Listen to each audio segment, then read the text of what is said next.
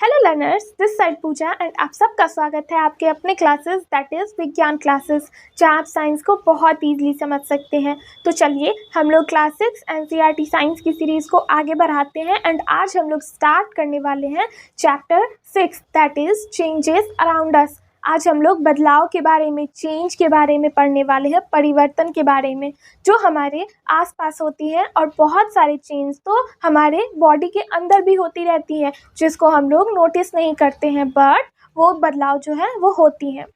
अच्छा, इन सब से पहले मुझे एक क्वेश्चन का आंसर दीजिए। कितना इंटरेस्टिंग होगा ना कि हमें एक मैजिकल पावर मिल जाए, जादुई शक्ति, कि हम अपने आसपास की चीज़ों को बदल सकते हैं।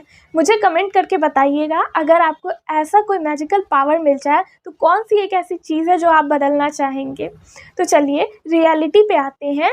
अगर हम रियलिटी को देखें तो ऑफ कोर्स हमारे पास ऐसी कोई पावर नहीं है, बट फिर भी कुछ ऐसी चीज़ें हैं जिनको हम कुछ भी नहीं करते लेकिन वो बदलाव उनमें होता है, परिवर्तन उनमें होता है। आप कहोगे कि वो कौन से चेंजेस हैं। तो आप एक बात बताओ, जब आप खेत में जाते हो या फिर पेड़ पौधे अपने आसपास देखते हो तो बताओ उन पेड़ पौधों को किसने बड़ा किया? प्रकृति ने। वो सब खुद से बड़े होते हैं।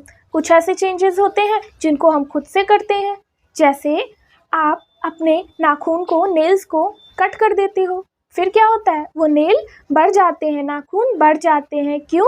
क्योंकि ये बदलाव खुद से होता है। नाखून को काटना ये आपने बदलाव किया और उस नाखून का बढ़ जाना इसको प्रकृति ने बदला। वो जो खेत में हम पौधे देखते हैं, वो उनकी शुरुआत कैसे हुई? कुछ बीज के दानों से उनको खेत में छीटा गया, डाला गया और समय के साथ बदलाव हुआ और वो बीज पौधे में बदल गए। तो क्या देखा हमने? ये सब चेंजेस हैं। हमारे बाल जब हम छोटे होते हैं, जवान होते हैं, हमारे बालों का रंग काला होता है, बट जब हम बूढ़े हो जाएंगे तो हमारे बालों का रंग कैसा हो जाएगा? सफ़ेद हो जाएगा। ये भी क्या है? एक परिवर्तन है। ये खुद से होता है, समय के साथ प्रकृति ने किया। तो यहाँ से हमने क्या देखा? परिवर्तन दो तरीके के होते हैं। एक जो प्रकृति के द्वारा होती है, एक ऐसा परिवर्तन जिसको मैन मेड हम खुद कर सकते हैं। अच्छा, एक बात बताओ, आप जब स्टार्टिंग में शुरू करते हो रोटी बनाना या फिर कोई भी इंसान, तो क्या उसकी रोटियां गोल बनती हैं? नहीं बनती है। वो क्या करता है? रोटी की गोलियां लेता है, पेड़े लेता है और उसको गोल करने की कोशिश करता है, लेकिन उसकी रोटियां फैल जाती है। तो फिर वो क्या करता है? उस आटे के गोले को फिर से गोल करके फिर रोटी बनाने की कोशिश करता है। तो यहाँ हमने क्या नोटिस किया? उस गोले को हम जितना चाहें वापस से उसके उसी शेप में ला सकते हैं। तो यहाँ क्या हमने देखा? वो जो चेंज था वापस अपने उसी पोजीशन में आ जाता है। अगर हम दूसरे चेंज की बात करें तो आप क्या करते हो? आपको ठंडा पानी पीना होता है, आप उसको फ्रिज में डाल देते हो और बर्फ़ जमा देते हो, लेकिन आपकी मम्मी कहती है नहीं, अगर आप बर्फ़ वाला पानी पियोगे तो आपको ज़ुकाम हो जाएगा। तो मम्मी फिर उस पानी को बाहर निकाल देती है, फिर से बर्फ़ को पानी बना देती है। तो हमने यहाँ क्या नोटिस किया?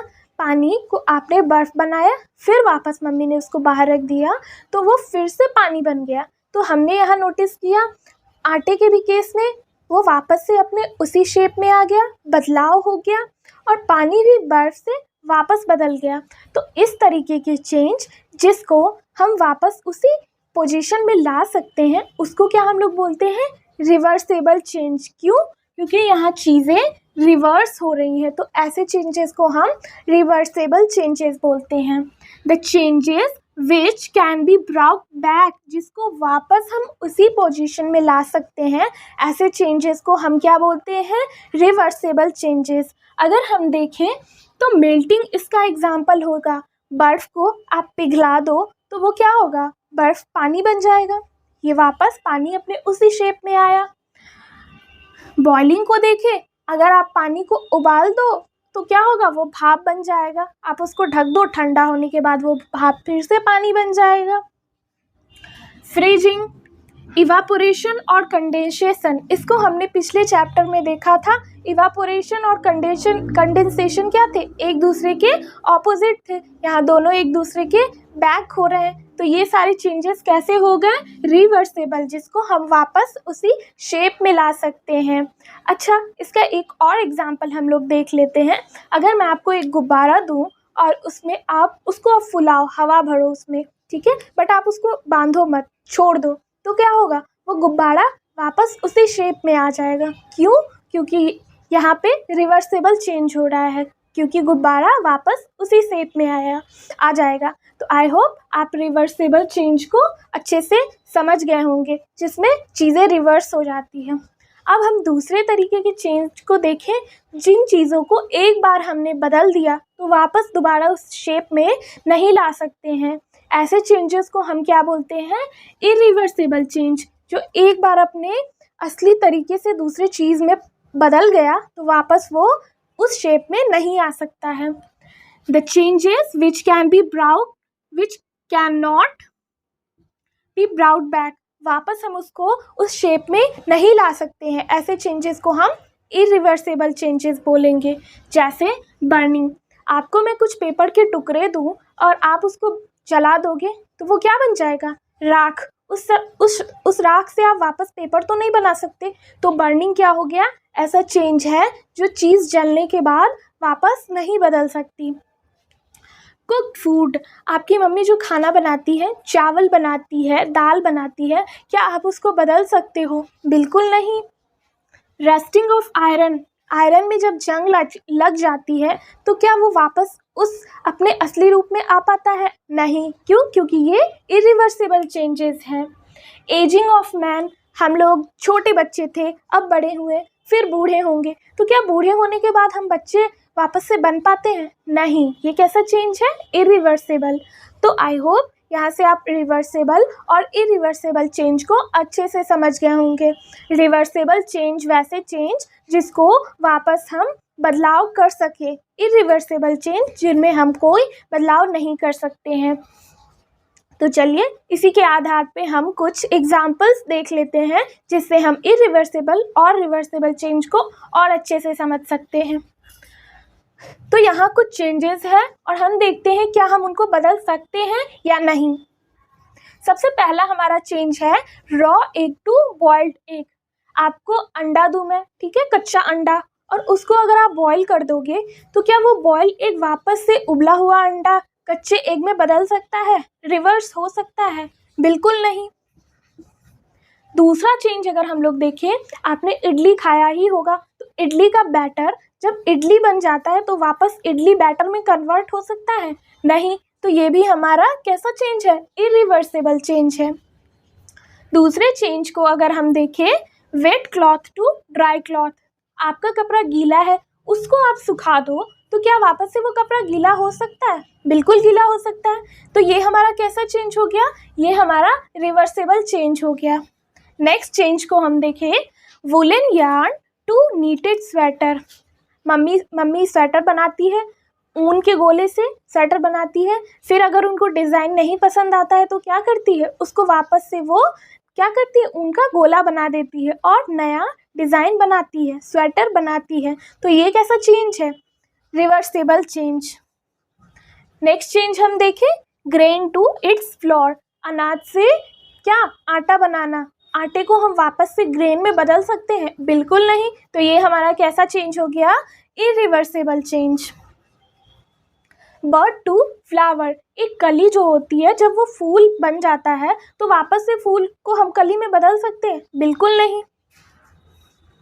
नेक्स्ट चेंज हम देखें, मिल्क टू पनीर, दूध को फाड़ के जब हम पनीर बना देते हैं तो क्या उसको हम वापस से मिल्क में कन्वर्ट कर सकते हैं? बिल्कुल नहीं। तो ये भी हमारा कैसा चेंज हो जाएगा? Irreversible change. Cold milk to hot milk, दूध को हमने जब गर्म कर दिया वापस से उसको हम ठंडा कर सकते हैं, फिर से ठंडे से गर्म कर सकते हैं। तो इस प्रोसेस को हम बदलाव कर सकते हैं यहाँ दूध में, तो इसको हम कैसा चेंज बोलेंगे? ये रिवर्सिबल चेंज है। अच्छा, यहाँ पे रिवर्सिबल चेंज और इरिवर्सिबल चेंज को किसी और नाम से भी जाना जाता है, जिसको आप हायर क्लासेस में पढ़ोगे, बट मैं आपको एक छोटा सा हिंट दे देती हूँ। रिवर्सिबल चेंज को हम फिजिकल चेंज भी कहते हैं। क्यों? क्योंकि इसमें कोई नई चीज़ नहीं बन रही होती है, वैसे चेंजेस जिसमें कोई नई चीज़ नहीं बन रही होती है उसको हम लोग क्या बोलेंगे, फिजिकल चेंज या रिवर्सेबल चेंज। जैसे पानी से बर्फ़ बनना, फिर बर्फ़ से पानी बनना, तो यहाँ तो कोई नई चीज़ नहीं बनी ना, पानी ही कन्वर्ट हो रहा है आपस में इधर उधर। पेपर के टुकड़ों को आप ले लो, उसको आप मोड़ दो, फाड़ दो, तो क्या फिर भी तो वो पेपर ही रहेगा, वो वापस से कुछ और तो नहीं बनेगा। तो ये कैसा चेंज हो गया, फिजिकल चेंज।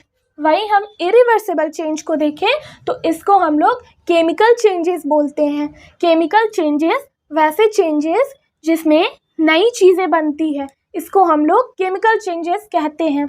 जैसे रस्टिंग, आयरन हमारा, लोहा हमारा फ्रेश होता है, नया होता है, जब उसमें जंग लग जाती है तो वो क्या होता है, नई चीज़ में कन्वर्ट होता है।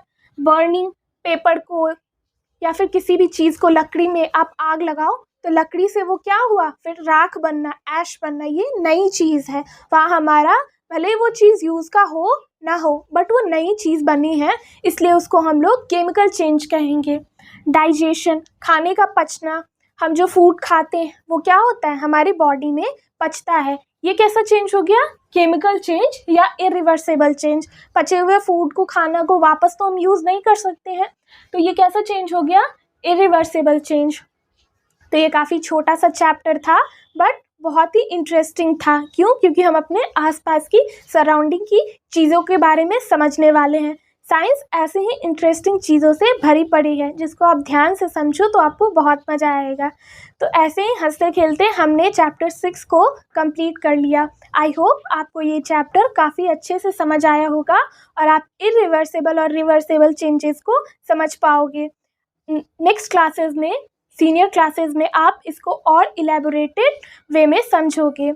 तो ये चैप्टर यहीं ख़त्म होता है। आई होप आपको ये वीडियो पसंद आई हो। अगर आपको ये वीडियो पसंद आई हो तो please like, share and subscribe.